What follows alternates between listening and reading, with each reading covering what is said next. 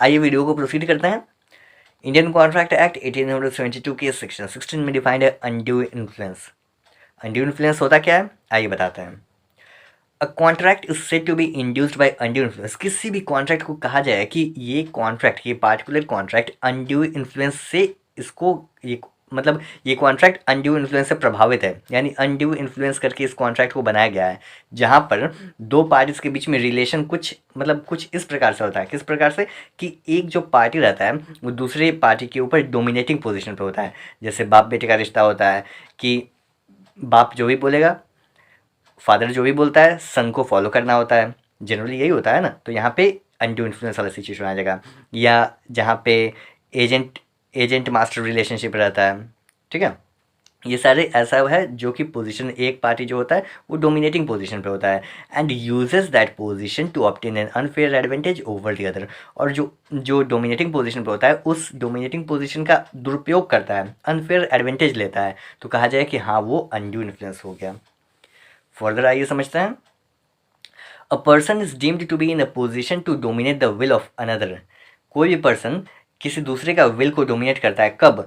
जब वो ही होल्ड्स अ रियल और apparent authority over the other और where he stands in a fiduciary relation to other. जो भी एग्जाम्पल बताएं वो यही चीज़ है, fiduciary रिलेशन। या और where he makes a contract with a person whose mental capacity is temporarily or permanently affected by reason of age, illness और mental और बॉडी स्ट्रेस। या ऐसा आप मतलब दो पार्टी में से कोई एक पार्टी दूसरे पार्टी से कॉन्ट्रैक्ट में आ रहा है, लेकिन अदर पार्टी जो है उसका मेंटल कैपेसिटी सही नहीं है। रीज़न क्या हो सकता है? रीज़न कुछ भी हो सकता है। एज हो सकता है, बहुत ओल्ड एज होता है, कोई 80 साल 90 साल 100 साल का कोई इंसान है, तो वो अच्छे से प्रॉपरली सोच समझ नहीं पाता है बाई रीज़न ऑफ एज। या तबीयत ख़राब है, इलनेस है, या कोई दिमागी मरीज़ है, मेंटल और बॉडीली डिस्ट्रेस, ठीक है।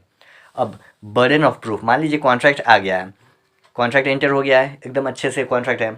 अदर पार्टी जो डोमिनेटिंग पार्टी है वो कह रहा है कि नहीं नहीं ये अनड्यू इन्फ्लुएंस नहीं है, ये नॉर्मल कॉन्ट्रैक्ट है, हमने कोई अनड्यू इन्फ्लुएंस नहीं किया है। तो बर्डन ऑफ प्रूफ किसके ऊपर होगा कि जो बोलेगा कि ये अनड्यू इन्फ्लुएंस है या नहीं है?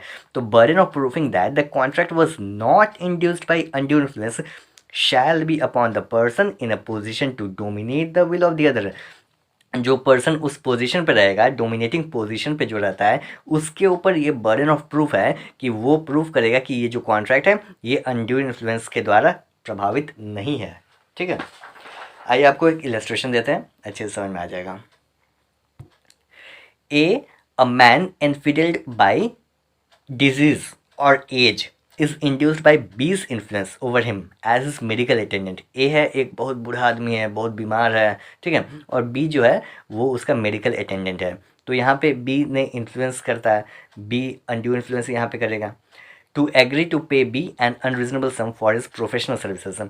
बी कहता है ए को कि अपना प्रोफेशनल सर्विस लेता है लेकिन अनरीजनेबल अमाउंट लेता है, तो बी एम्प्लॉयज अनड्यू इन्फ्लुएंस। तो यहाँ पर बी के द्वारा क्या होता है? अनड्यू इन्फ्लुएंस एम्प्लॉय होता है, ठीक है। तो ये था हमारा undue influence section 16 Indian contract act का।